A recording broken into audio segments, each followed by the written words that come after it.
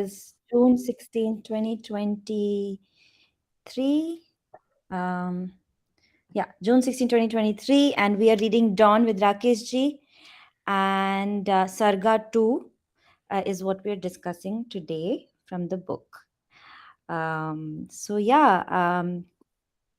Let's begin. And Rakesh ji, if you want to hit it off with your questions or your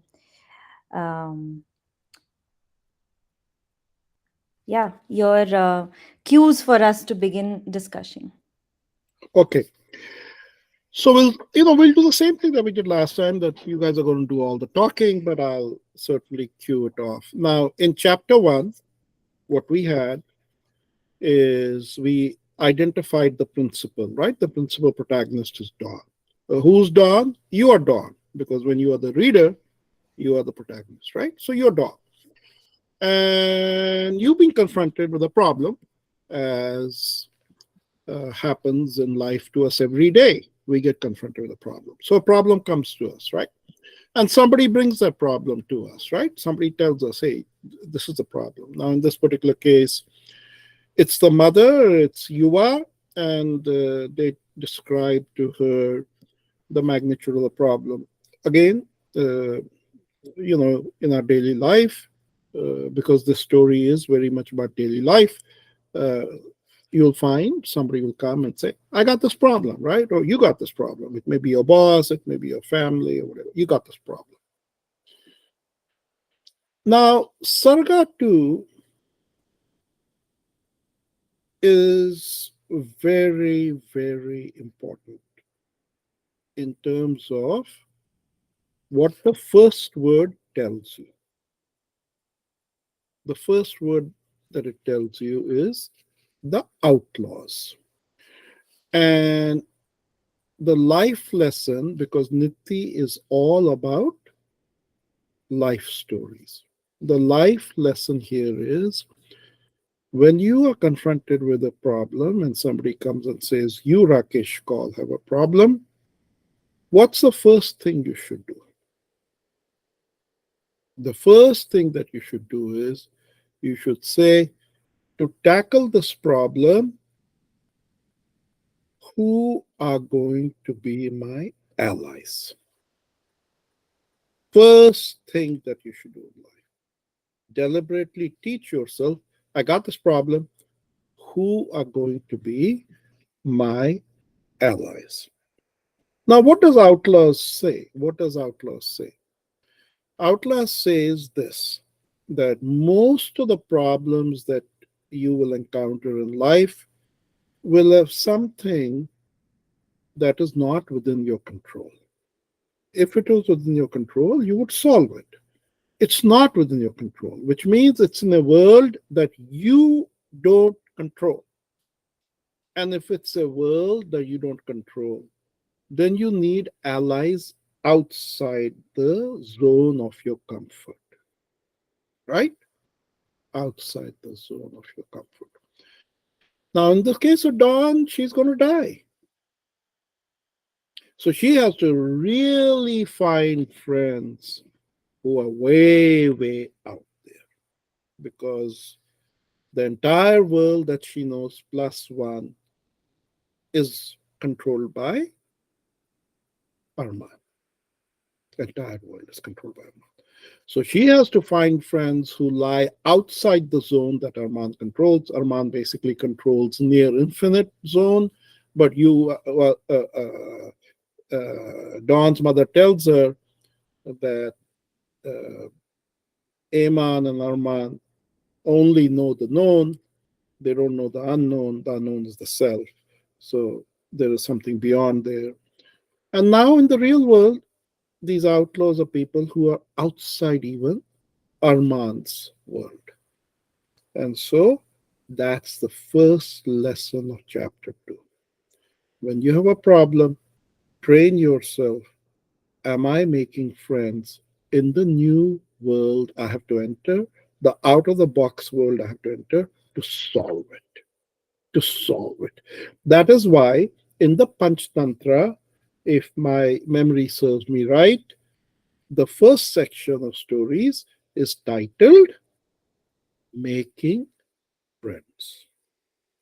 So this is about making friends. All right. So with that as the intro, let's start. Any one of you can start, and we'll go through each one. Tell us what struck you. Be fairly efficient about it, and then we'll have open discussion. Who wants to go first?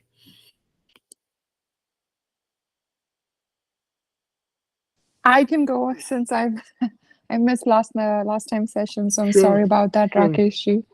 My Yeah. sincere apologies. Um, First of all, I have to say I would never have imagined finding Lord Ganesha in a sci-fi setting. I mean, I just have to say this is amazing. It's brilliant. It's a pure genius of how you've incorporated, our spiritual heritage into such a in a setting that involves artificial intelligence. So I have to really say that's amazing. Um, as far as your question, so looking at, I mean, just to start off with the questions, I think that you posed to us, and so what struck me was that I knew about the Nagas because all those of us who've read Dawn know that we were, or our ancestors are the Saraswats who came into Kashmir, right, as immigrants. But what I didn't know, and what was a real shocker, was that we are probably partly Pishach as well, right? And so we are partly cannibals as well. That was the real shocker about well reading this second chapter about ourself. So I don't know. Do you want me to go through like the questions or just kind of just give my just Give whatever yeah struck you. Whatever yeah. struck you. Mhm, mhm. I think one of I had a question here about, and you mentioned that when you say dushita, it's really dusht, right? I mean, is it a corruption of the word dusht? That was something that was It's just, dushman. or dushman, right? Dushman. Yeah, okay. I'm sorry, I missed first session, so I don't know if somebody had already asked this question. Um, but I think there is a mention of immigrants from the Northwest. So again, going back to Dawn, are you referring to, you know, not northwest of the country, but outside of India, right? We're talking about Islam, our fanatical Islam, correct? Just wanted to make that very clear because I didn't want to confuse that with something else. Like, maybe somebody from Punjab was coming into Kashmir. I didn't want to think it like that, but that's not it. Okay. So there is a lot here. I mean, and again, the whole analogy of how you incorporate the Pandavas, I didn't see that coming either. So I just thought like there were 5 different boys, and again, they are coming from all these different. It's like there's a representative of everyone we pretty much met in Dawn. I think there's Yaniv, right, who is the Jew. There is the You mean that's Queen? yeah. Sorry, did I say Dawn? I meant to say Last Queen. Sorry, kept saying. My apologies. And then there is Hafiz, who I'm not sure if he seems to be like somebody who's obviously very proud of himself. But again, he seems to have some kind of he's a good guy here, at least at this point, right? He seems to have some kind of ability that's going to help Dawn. So I have a question mark on that, but we'll see. And then there is a Kashmiri who, sorry, going back to Kumar Jiva, I know that Kumar Jiva came up when we were reading Mr. Subhash Kak's paper, The Wonder That Was Kashmir, right? And we had a real, I think Rajendra ji and I and all of us were discussing, like, is he the one whose son, who had a Chinese wife, and then they had a son? Or is Kumar Jiva, remember that part? I don't know, I see some heads nodding. So we were talking about that. That really struck me. And I was like, wow, I mean, I'm just trying to make sense of, we're trying to go back in history, and this time travel is happening, and it feels like I think you're trying to introduce a reader to the history of Kashmir through this time travel, and that I think was brilliant as well. So I don't want to take up all the time. I know we're up to 9:18 already, and there's so many people on the call. But I'll just stop here. I didn't go through the questions, but it was just fascinating, and all that information about the AI part of it, like, um, the specific terms, like the having a twin as far as your consciousness is concerned, or I'm sorry, what is the exact word for it? Um, Cognition Cognition. twin. Cognition. Cognition. Twin. yeah, sorry, cognition twin. Mm. That was amazing. So I'm really curious to know if you're talking about a spiritual principle here, or is it just, or is this something that really we can it be really done, or is this um, fantasy? I mean, I don't want to use the word fantasy. I know that's sacrilege, but and also because there's something about Tan's explanation. He says that he explains how this cognition twin gets activated on page 35. Mm. And I was really like, I was wondering what does that mean specifically? Mhm. So that was my one big thing that I really wanted to talk to you about. But other than that, I have a lot of notes. Like I said, we don't. I always feel like this. For Rakesh Ji's books, we don't have enough time. 1 hour, or even 2 hours is not enough. Mhm. But I'll stop here just to let everyone else talk. Mhm. I I was just. would. Oh, go Okay, ahead. go ahead. Go ahead. Okay. I besides the point on the Saraswat tribes, etc. One thing that struck me was also on Nagas and Pishacha, especially the Thanksgiving festival. And I was wondering if it's something to do with Garmawas because I used to hear similar stories then. Maybe Mhm. it's just my version. Mhm. Second was I loved the note on the river reminds us that our bodies and minds are rivers too, because my mind for sure is it's always flowing, never Mhm. stop, never stopping. So that's something that Mhm. struck with me. And the last was, how is a person named Taba? Like, am I supposed to take it in a literal meaning? Like, if I like it, but I'm not sure like what is I wonder if that name is deliberate, and that's something that I'm going to learn in the story. I want to know what There's Taba. no, there's nothing in what Rakesh ji writes is Straight, not right? deliberate. Everything is Yeah. deliberate. And I also know that he said that in the last session that, oh, you asked too much information. So I'm being conscious not to ask too much. But why would you name someone Taba? Mm. That's Well, it. what have you learned about Taba so far? I mean, what have you learned about him so far, without getting too far away in the future? I What has mean, Taba? so the one that you've described from his physical features a lot, like eyes, hairless face, slim body. So I don't know what to make out of it. And yeah, slightly hesitant to speak, or not in the initial. I mean, on the last one to speak. Um, that's about it. And something on sharing history um, with the Chinese and pagodas and everything. That's it. But I don't know why is it Taba? Like maybe my mind was just on concentrating there. But I for each of the characters, I didn't find anyone I didn't feel curious about anyone in particular, probably because when which is my habit, is I will try to take them all as logical pieces. Like, okay, this is a character, that's a character. I'm just taking it like that.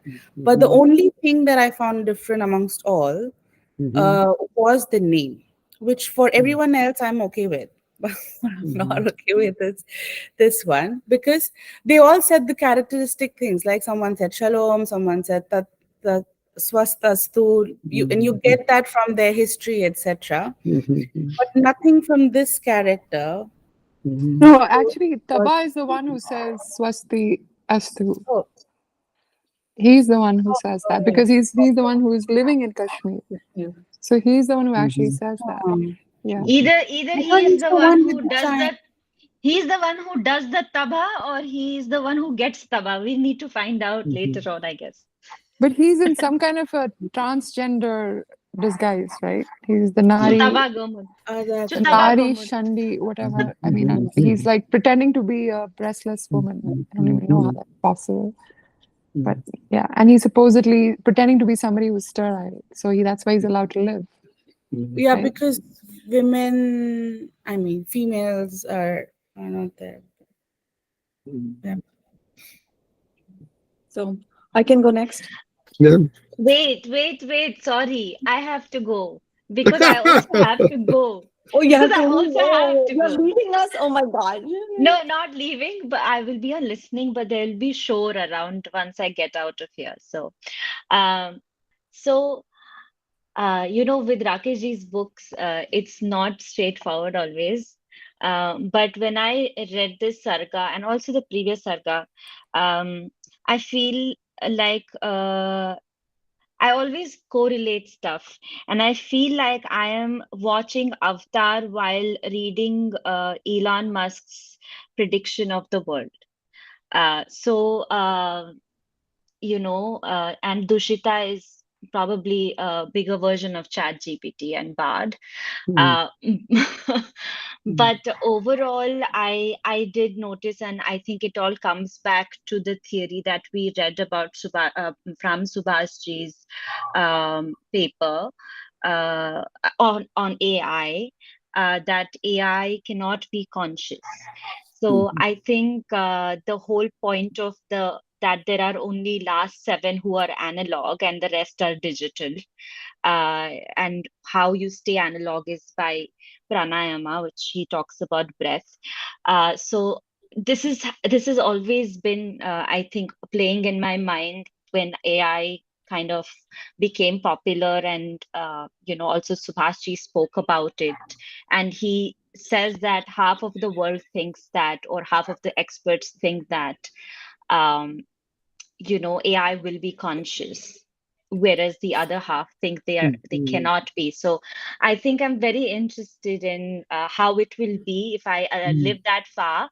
But it's a good journey to take with by reading the book.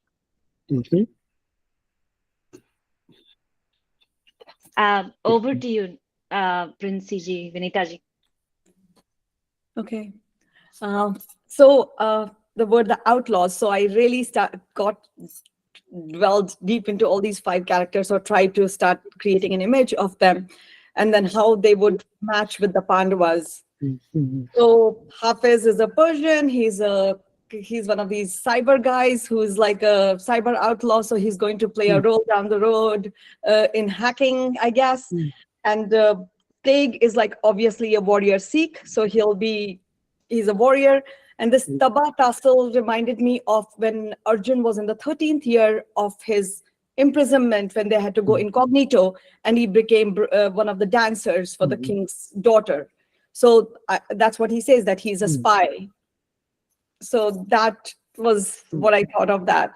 And Yanev is like one of these, of course, the Jewish medical professional. And again, when they are fighting, they will need some medical expertise. So that's what I think, he's going to be one of their medical doctors or scientists kind of guys. That's going to be the medical knowledge. And Tom, who's a Buddhist Lama, and talks about martial Tibetans and the techniques and the mind techniques. It made me think of Sherlock Holmes when he had to go against Moriarty, and he went to Tibet, right? There was a book about it, and he learned all those mind control games, how you can be in one place and control things. So that made me think that is what Tom is eventually going to do. And then I try to figure out how these five are related. How would I try to put them against the Pandavas?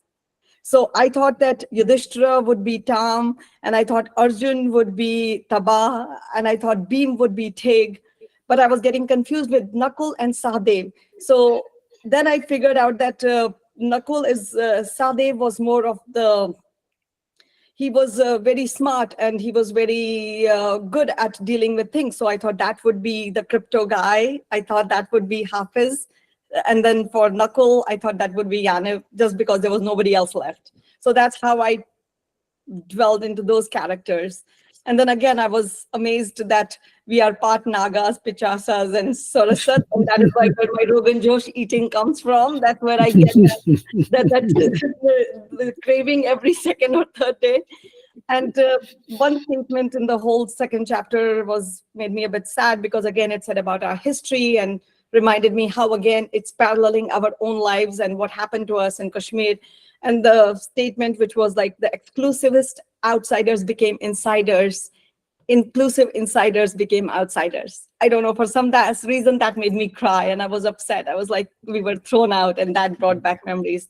But again, that's where I'll stop. That's what my input was. So few my observations, it was very beautifully written about the river Vitasta, Rakeshji, that you wrote, like, all the stories from Kashmir thus start and end with the water, and like how everything is focused on Vitasta. That was very beautifully written. When I read this, and I'm kind of thinking like, this Dushita picture, is it Dawn's own creation of a negative thought that's happening? Is this everything that is happening in our mind? These Pandavas are these our senses? I don't know. I was trying to relate this to the spirituality also, like what's happening. Is it outside, or is it inside our own body? Is this story representing outside sources, or is it representing me and my inside, emotions and beliefs and whatever, senses? The other thing that you mentioned here, that there are 33 force centers and each one can lead to the cognition twin. I do not know what the 33 is. A significant number. I remember that from Sadhguru, but I don't understand it absolutely, that what is 33 in us. I know age 33 is very considered significant. It's a turning point, which direction you will go in your life. That was something that I don't know what that is. And also this, like, the cognition twin gets activated. So again, is this being conscious of what you are doing? And then again, with your breath, like how, this is whatever you mean to say. It seems to me that it has a very profound meaning, and I'm not able to touch it yet. When I am reading it, I'm not reading it as a character, like an outside character. I'm just reading it. I'm not feeling that these are 5 Pandavas that are from outside. This is like, ABCD names. I'm thinking it's something inside. I mean, I could be absolutely wrong, but maybe my mind is going there. I may have to put it back into what book is saying. So that was a little bit, that I kind of want to touch on. Okay, very nice. Who wants to go next?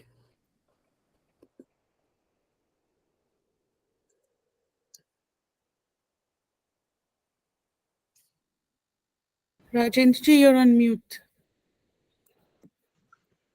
Sorry. Yeah, as I was going to say, as maybe I'll try to give a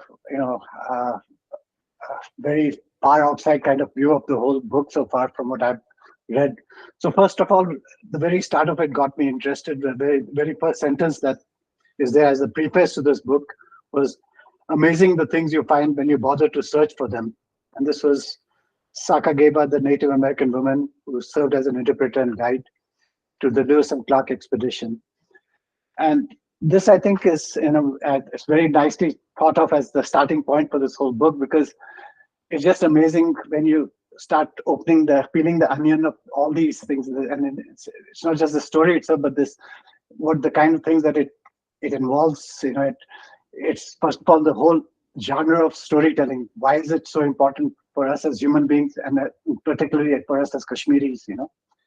And how come Kashmir is at the cusp of all of this? And we are seeing a change in the whole world right now. And it's not just, we are seeing a big tumultuous change in Kashmir. We've seen that. We have been thrown out of there. We are being forced to come to terms with our mortality as a species, as a Kashmiri Pandit community, we've been forced to come to terms with that. Which has also forced us to ask us to ourselves, what exactly does it mean to be a Kashmiri Pandit? Is it just Rogan Josh? Is it just Nina Bhatta, or is it something more than that, right? And these questions are we're being forced to ask these questions, maybe because history has taken the turn it has. But when you're going through this history, we have been also noticing. I mean, as I grew up as a kid in Kashmir, and outside of Kashmir, I had no idea of the greatness of Kashmiri history, the greatness of our thinkers, our storytellers. We had amazing people in our past, and all that has been kept kind of hidden from us for some reason, And part of it is because of our history books have never told us anything that would have made us proud of our Kashmiri culture, nor has any of the things that. So all that we were taught about Kashmiri culture is, we have the best Rogan Josh in the world, the tastiest food in the world, and that's it, And that was the kind of impression I had, So those kind of things were the kind of thing that kind of brought this thing. In addition to that, this whole idea of artificial intelligence. What does it mean to be? And what does it mean to be a human being? What is it that is I? In its truest sense. And when you start asking these questions, you start seeing that these questions are nothing new. These have been taught. Have been thought about in excruciating detail by people like Abhinava Gupta and all, and they have come up with fantastic ways of explaining what is the purpose of life, what is the purpose of our existence, and what does it mean to be an existing being? What does it mean to be conscious? And the Western world is, to my mind, and it's this book kind of brings it into forth, is that it's all materialistic, in the sense that once we came to this idea that this atomic theory is what creates the whole universe, that the whole universe is basically all these atoms that have formed together to somehow form higher form, and that consciousness is somehow an epiphenomena from which grows out of this these matter, or atoms or things like that. Somehow they just come out, and then but there have been a lot of people even nowadays who are asking this question. They call it the hard problem of consciousness. Where does this consciousness come from, and how is it? What does it mean when you have the feeling of love, or the feeling of your hunger and things like that? Where does it? How can you explain that with pure matter? This is modern day physicists and are asking these questions. So they call it the hard problem of consciousness. And the only work in the West that has been done till now, really, on the idea of consciousness was Descartes with his famous statement, "I think, therefore I am," which is which would be considered the most basic of things by Indian philosophers, who have gone much more deep into them. They've started with this whole idea of what does it mean to be conscious? What does it mean to be I? What is the I? What is this whole world around us? Is it what is the meaning of Naam and Roop, that we have been given? What is the meaning of everything? So they have questioned it, but they've gone deeper by going deeper into what is it? Who is the conscious being that is aware of all these things? And these are things that are discussed in utter detail by our Indian philosophers and all that. But I find in this book, it kind of opens up these channels in your mind to think about these things, these issues. Similarly, that Kashmir is the center of all this thing. To a large extent, I feel that even these days you're finding that there's tremendous amount of interest in the philosophy of Kashmir, not by just Kashmiris or by Indians in general, but by the whole world. And there's a huge number of people who are absolutely interested in this because they're finding answers to questions that they've never been, even questions that they never thought of, let alone finding the answers to those questions. It's just amazing, and I think we're at the cusp of that. And Kashmir is really the cusp of all this. And I find this book from Rakeshji's book is kind of really opening up all these floodgates in my mind, at least, and just bringing all these things to a fore in this book. So those are some of the things that I was thinking about while I was reading it. Okay. Okay, I just want to say, I think basically what here it is in this chapter is like all five kinds, Buddhists, Hindus, they're all joining together and fighting the evil.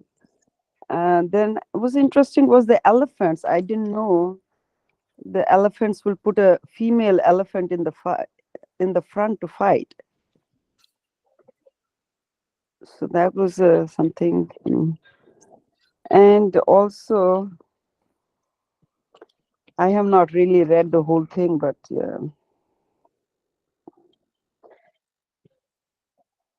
what was that? Yeah. So the reason Kira gives is that the elephants, he put you in front to fight is because you're a woman, and this is an innate in elephants that they put the women in the forefront. Is that right? Are you listening? Yeah, yeah. Yes. Yeah, we're all listening. Yeah.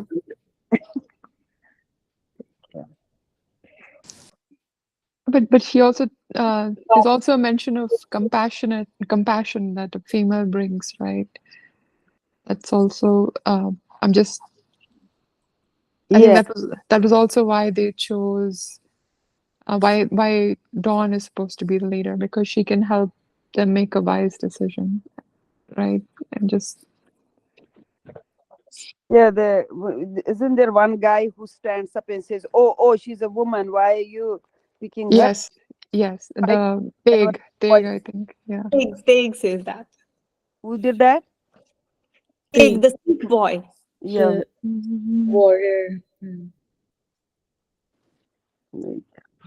Rest was all. You guys said everything else in the book it's very nice. Now I didn't know also what is the story behind this Kumar Raja. He had a similar story like his son. Kumaraji. Yuva says to Taba, says that you have set these prisoners, but eventually becomes free. What was his story?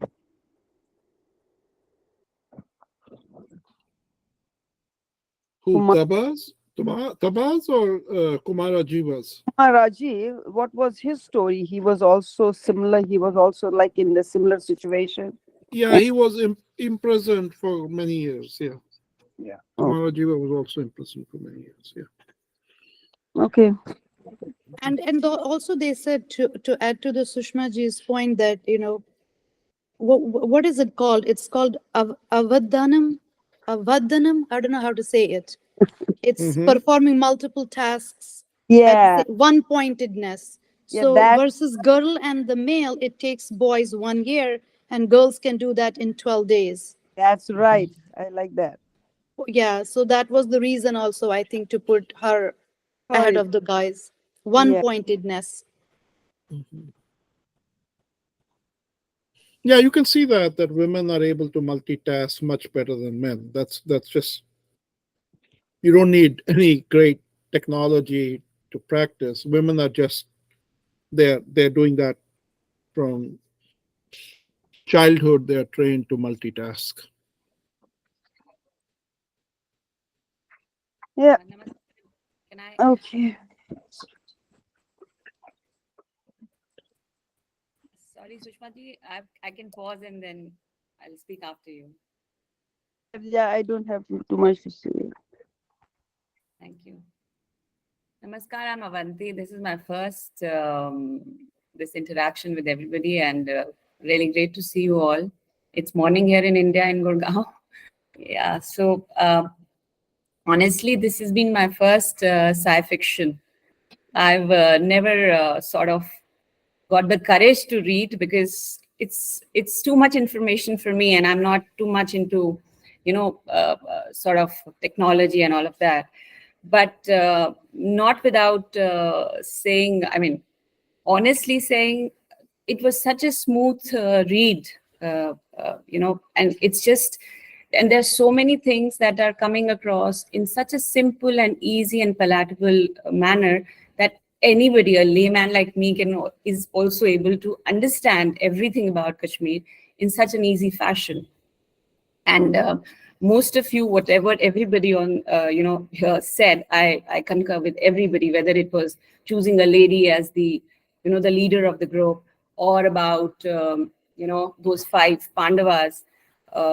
How beautifully Rakesh ji has given a history to why he's a Sikh and why he's a Tibetan and why he's a Muslim. To my mind, all through the book, I've always tried to, I've been trying to string it like, oh, this was the history that happened. This was the history with Kumara Jiva that happened, or this was the history with the Sikh rulers that happened. And this is where, that's why he was there in Iran, or that's why here, this person from Kashmir was here. So those are some of the things that everybody, of course, I agree with everybody here. To me, few words are, they come across straight, like the word that Rakesh has used, data deluge. To me, data deluge is a word which is one word for the exodus, for the migration, and something that's been happening continuously for 7 generations. So for me, every time I came across that word, that was the first meaning the word, that phrase had for me. Then there were many similar words, like for Dushita,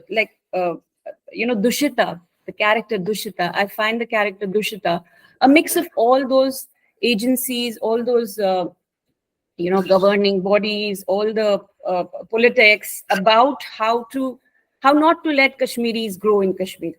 Our community in particular. Then the name of the protagonist, Dawn.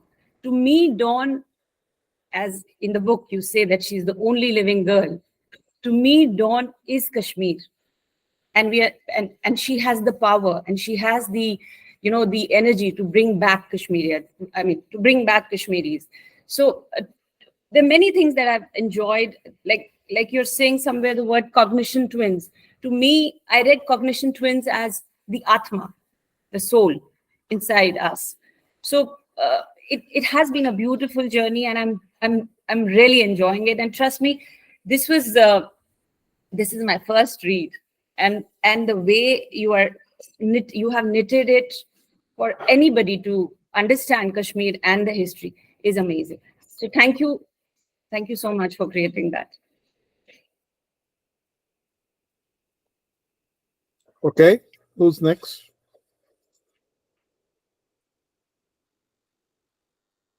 Did Meera speak?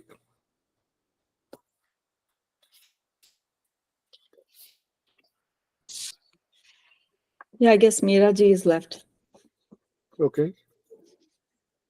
but she's on mute, I guess. Mhm.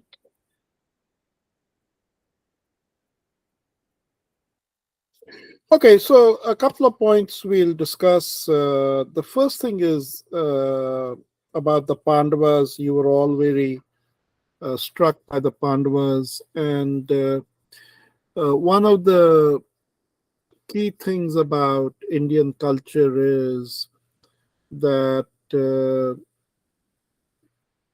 there is enormous stress laid on having 5 close friends in life, who are your life companions. So you see this number 5, not just in the Mahabharata, you see it all the way to Guru Tegh Bahadur's Panch Pyare. And in between, there are many, many other stories.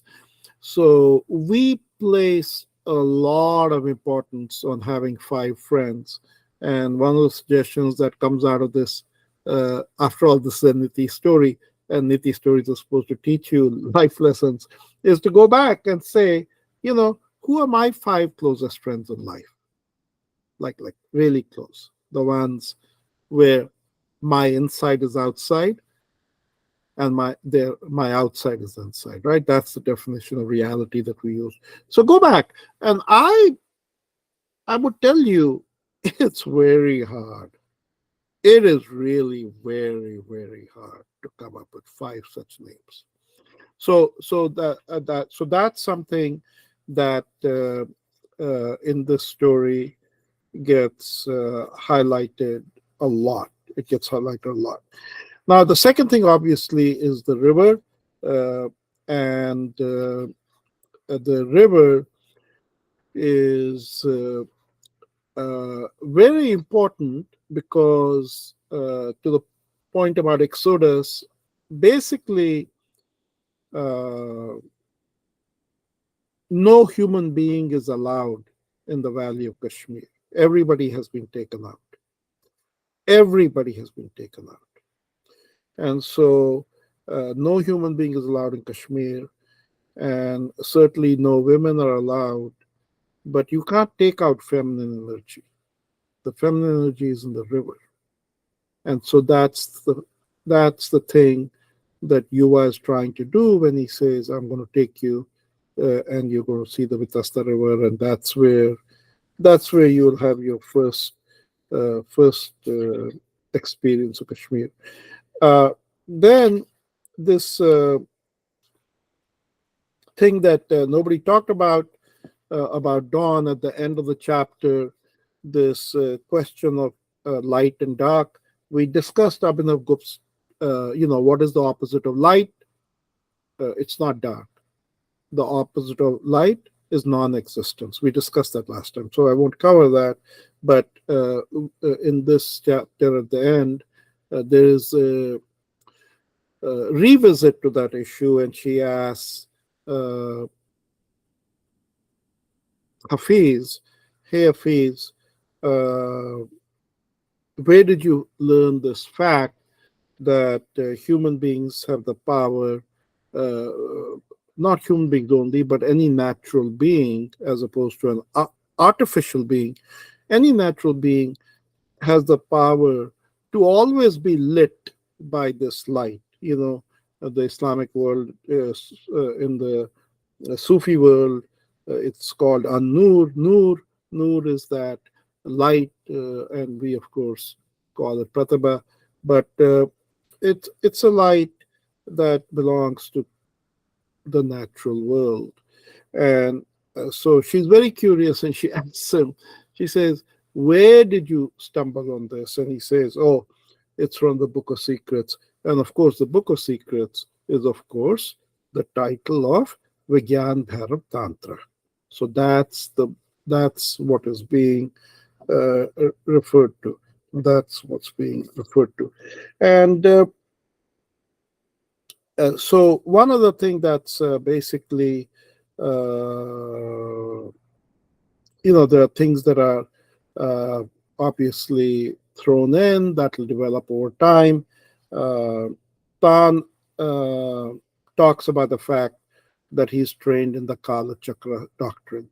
And Kala Chakra doctrine was essentially brought and revived in Tibet by Kashmiri Pandits. The current Dalai Lama is, of course, from the Kala Chakra school. And basically, I think I mentioned to you once before, right? I think I mentioned this to you before, that when you see Vishnu, what does he hold in his hand? What do you see Vishnu holding in his hand? Sudarshan Chakra. Yeah. And so, in the movies and everything, they give it a shape and it goes spinning and it beheads somebody, right? So you think it's a discus or something like that. But essentially, that's not what it is. I mean, that's an artistic representation. What that chakra is basically, it's Kala Chakra. It's the chakra of time.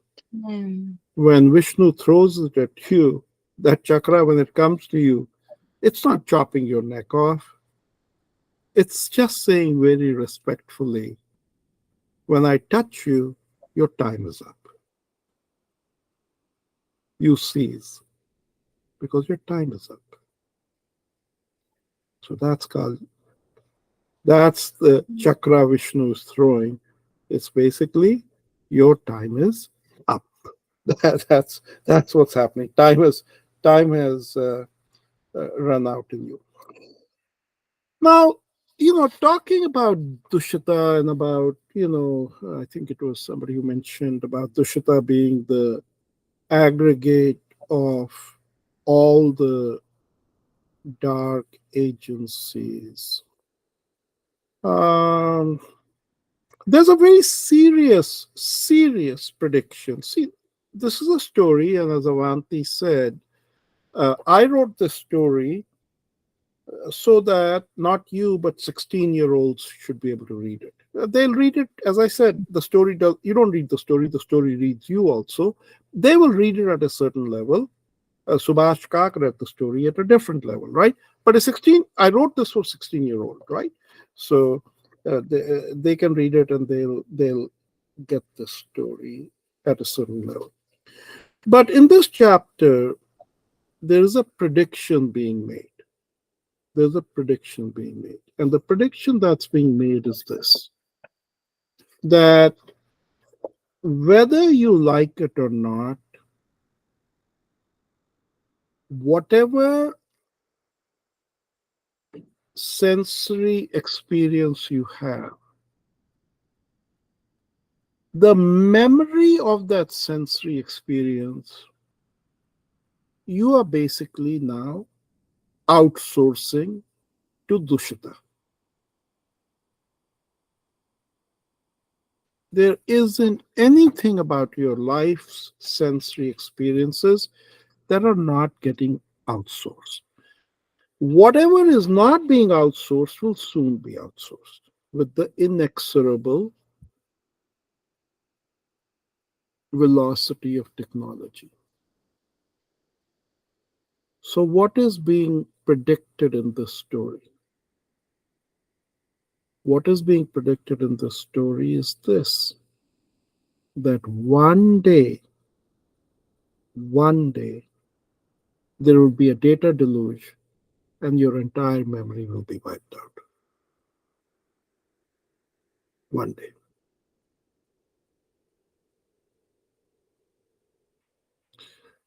So, we as Kashmiri Pandits have experience, we've gone through this.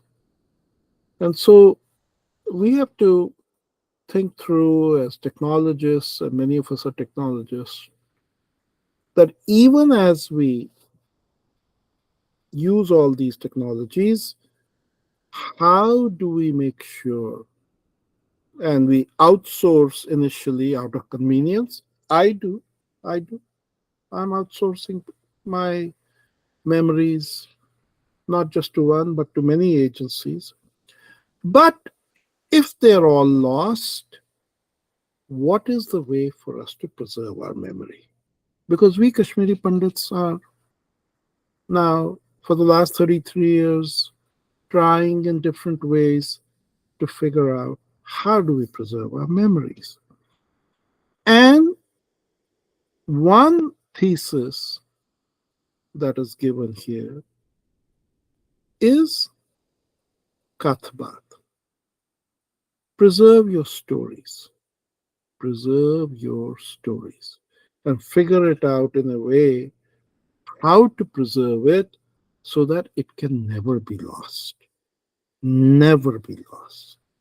Nobody can take your story away from you. Nobody can take away from us what Jonah Raja wrote about Sikandar Butshikar, right? Nobody can. He wrote the story of Butshikar. He wrote other stories. So this is a very profound point. Who will create that mechanism that you can always have your story and pass it on and never become subject to somebody's agency? So that is the serious point that is being presented for a deeper thinker to think about. Because 100% this story says there will be a data deluge one day. And it lays out how Dushita came in. He made inroads into the museums, into the cultural things. And someday somebody else, some agency will come in, find its own inroads, but they will obliterate your memory. Obliterate it. So let me stop. Any last things that you guys want to discuss? I think we've highlighted the key things in this chapter. The fact that feminine power is compassionate, it synthesizes, it can multitask, it holds our stories. The best story carriers are our grandmothers. Go talk to them. If you are blessed with your grandmother, go, if there's one thing, go talk to her and say, tell me stories. I want to hear all your stories, however mundane they may be. So let me stop. Any last comments? We can go around. Anything else? Yes, Rakesh, I just have a question. So on page 18, there Hmm. is a description about a moment is of a shorter duration than 1 billionth of the time interval that it is there in a flash of lightning, Mhm. right? And then it goes on and on. I that whole paragraph, I didn't really understand what is the message there, because, and I don't know if it's Yeah, necessary to go try to understand it. I'm just yeah. This is a very profound story, okay. and it's really a Buddhist story. But other frameworks use it too, which is uh, making a profound metaphysical point that what you think is real is unreal. And I'll give you another story. I'll give you another story than that. Uh, if you uh, look at a spark that comes out of a flame, a speck comes out of the flame, and there's a spark, that goes past your eyes. You can break that spark's journey and say, at any point, it only exists as a point of light, right? The moment it travels, that previous place where it was becomes dark, right? Right. Same analogy of used in a television screen.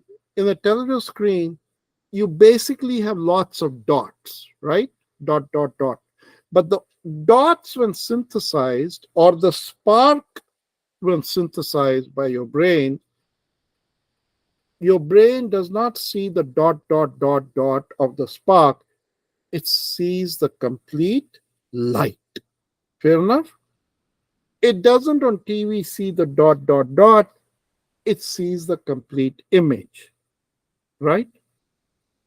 But that particular dot, you can make it, if you just keep saying it moved this much, you can keep making that dot become smaller and smaller, right? Its motion from the previous point to the newer point, you can make it more and more infinitesimal, right? As the spark travels, right? You can make that infinitesimal size so small that you can say it does not exist. So, from non existence to existence, from existence.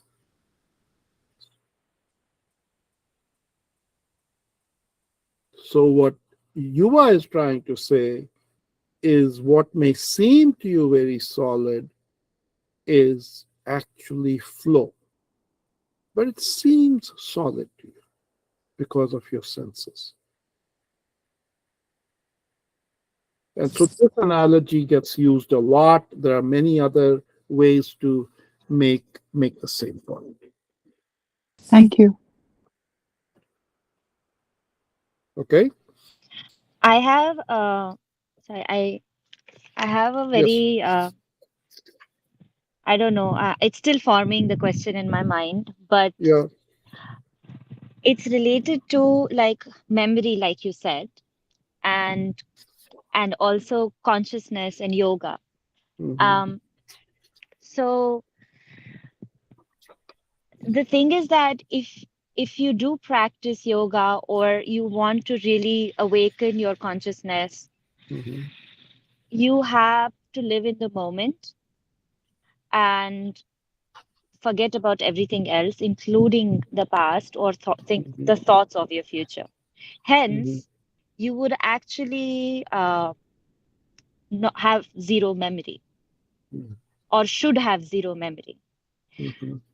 Therefore, I feel like it could be a contradiction, uh, being a Shaivite, to follow Shaivism while keeping the memory of your history intact or uh, preserved. I don't know if I made sense, but I think this question has always been on my mind. Um, uh, so it's an interesting question. What does it mean to be a Shavite? What is the role of memory? And I would just go back to Sarga 1, where I said to you,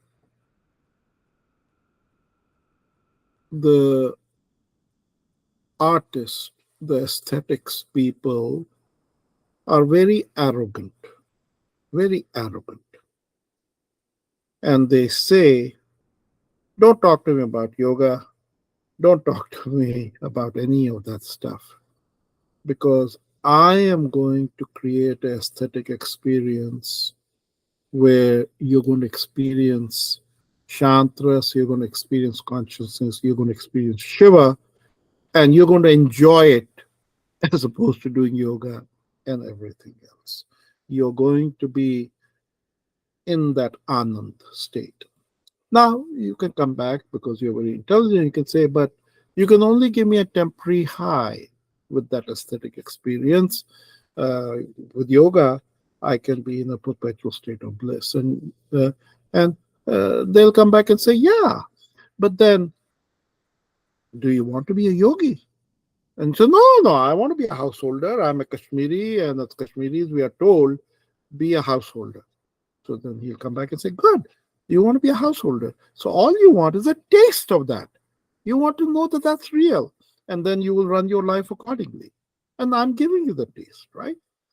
So I would say to you, then let us for now in the story stick just to imagination. Already you can see from Sarga 1 to Sarga 2. In Sarga 2, you can already see in yourself that your cognition powers are beginning to get opened up. Your cognition centers are getting opened up. You are each one of you getting triggered. These this is beginning to trigger your cognition centers. You're beginning to expand and say, oh, what's going on here? What are the implications? Which journey am I traveling on? And that's all good. So stay with the imagination because, as we said last time, imagination is sovereign. She is the queen.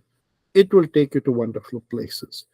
And once we taste that, then at the end we can talk about yoga.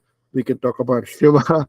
We can talk about uh, everything. So talking about Shiva, nobody really commented No, on no. one rasa that was shared, and this was the first time you actually get to experience it, which is when Dawn laughs. Mm. Hasya rasa. Do you know in Sarga 2 where she laughs? Oh, when he says that, what is that trident, the Trishula, and he says, just consider that's my father. Yes, Yeah. yes. Why do you think she laughs? Because That's she the thinks, first oh, there, time. yeah. What is funny about it? What do you think made her laugh? The sight of a senior Yuva, like Yeah. someone who Uh-huh. looks like Yuva, and she thought he himself was peculiar. Yeah, So the fact that There there is might be someone a else. senior version of him yeah, made her laugh. I think that's what I remember from reading. Yeah. yeah. So, in Kashmir Shaivism, it's an interesting framework. And for example, what is love, right? What is love? What is beauty? What is love? So, what is love? And so, one school of thought says uh, love is something that conquers your ego and makes you egoless. And when you become egoless, you are in love with that. So, whatever has the force to make you lose your egoity, you fall in love with it. So, that's a very interesting thing. That's a very interesting thing because, especially if you're single and somebody comes and says, I love you, oh, that's good news. But in their behavior, they're not losing their egoity towards you. Then it's not true love. Again, using the Kashmir Shavite framework. So I said that as a preface to coming to Hasya Rasa. Why do you laugh? You laugh because you're confronted with a surprise, Herani, that your mind refuses to accept. It refuses to accept. But rather than get tense about it, you just seek a release. Your mind seeks a release out of that paradox. You're being confronted with a paradox. You're being confronted with something that your mind would not accept, and then you laugh. It's just that punchline that surprises you. So here the punchline is in her head when he says, "Oh, my dad," casually says that, and the punchline is in her head, like she's trying to imagine another one like him, slightly older, you know, and she starts laughing her head off. She starts having left off. But what does it also reveal about Dawn? What it reveals about Dawn is that at this stage, her imagination is not powerful enough to figure out that anything that could have created a form that is Ganesha's, would that have any limitation on what form it could create for itself? Not necessary that dad had to look like you were. Exactly. Yeah. Father in the highest level, if they can create a form like Ganesha, then is there a limitation to what form they can create for themselves? So that is not yet the imagination that Dawn has yet gotten to. So that's actually a very small episode, but it's very revealing because the first time she has exhibited Hasiras. But it teaches you a lot. It teaches you a lot. Okay, so on that happy note, we will close this class. Oh, one more. What is Oh, this yeah, by all. Cosmos twins? Next time? All right, cognitive twin? Cognitive twins. Yeah, I'm sleepy. Oh. Yeah. Did you talk about it? No, I think Anamika also had a question. Yeah. Yes, I did. Thank you, Sushma-ji. Yeah. So, the first thing is, this whole notion of 33,000 gods. This is a mistake.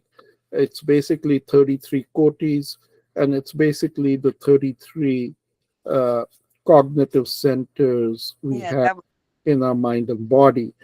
And so we maintain that in our body that has life energy, there are certain energy centers.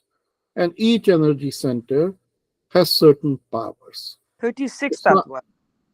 No, that's different. That's the universe and the creation of reality. Okay. So life, this is just life energy, life in a human being, for example. So there are 33 energy centers that we have within us, and each energy center has a certain power associated with it. And each energy center is associated with a deva. So each energy center is divine. And those are the gods that reside within us. And the whole tantric framework is intended to essentially awaken, energize those energy centers or gods. Yeah, like Ganapati is a Muladhara. Huh? Ganapati is Muladhara. So in the Kundalini framework, Ganapati becomes on the base chakra, but that's where his, irrespective of Kundalini, that's where he's centered. Ganapati is centered there. So we have 33 of those energy centers, cognitive centers. And what it basically says is this, that there is the physical you, but there is a metaphysical you. Most of the time, we tap into the metaphysical us in a very limited way. Very limited way, we tap into it. But as you awaken these centers, you begin to get siddhis. And what are siddhis? Siddhis are simply these awakened energy centers that give you powers. That's it. That's what siddhis are. And so you have these, and so your cognitive twin is a twin that is a metaphysical analog to you. So when On yoga, that note, yeah, So the what she is with her mother is the physical, yes, and the metaphysical is with Yuva. Is that right?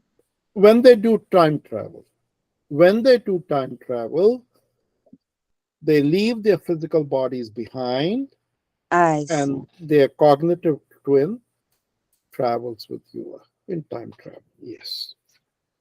speaking of, I Hmm. am going to go to Siddhi's house, also KOA youth director, because she Mhm. graduated. So I'm actually outside of her house. So Siddhi, Siddhi is the theme for today, Yes, I would say for me. All right, definitely. I'll have to take your leave. Uh, We are but going thanks, to. everyone. Yeah, that's Thank. fine. I think we all will take our leave. The next chapter is Sarga 3, Father's Fall, and Oh yeah. we will discuss this Okay, painful good. chapter. Read it well, but enjoy your week. Enjoy the weekend first. Take care, guys. Yeah, Bye. have a Well, nice Yeah. weekend. Thank you, well, Long Rakesh. weekend. Bye-bye. Happy yeah. Thank you Father's Well, Day all. to all the men Happy and Bye. fathers. Happy Father's Father's Day. Yeah, Day. yeah. Yes. Rakesh and Rajendra ji. Thank you. To Thank Yeah. both you. of bye, you. Bye. Rajendra ji. Bye. Bye. Good Namaskar. to see you. Namaskar to everybody. Namaskar. Namaskar, Bye, everybody. Avanti. Have a Bye, great Bye. Vanita. weekend. Bye. Bye. Good Bye. night. Why is this not going? Huh? Why am I not? Why? Huh?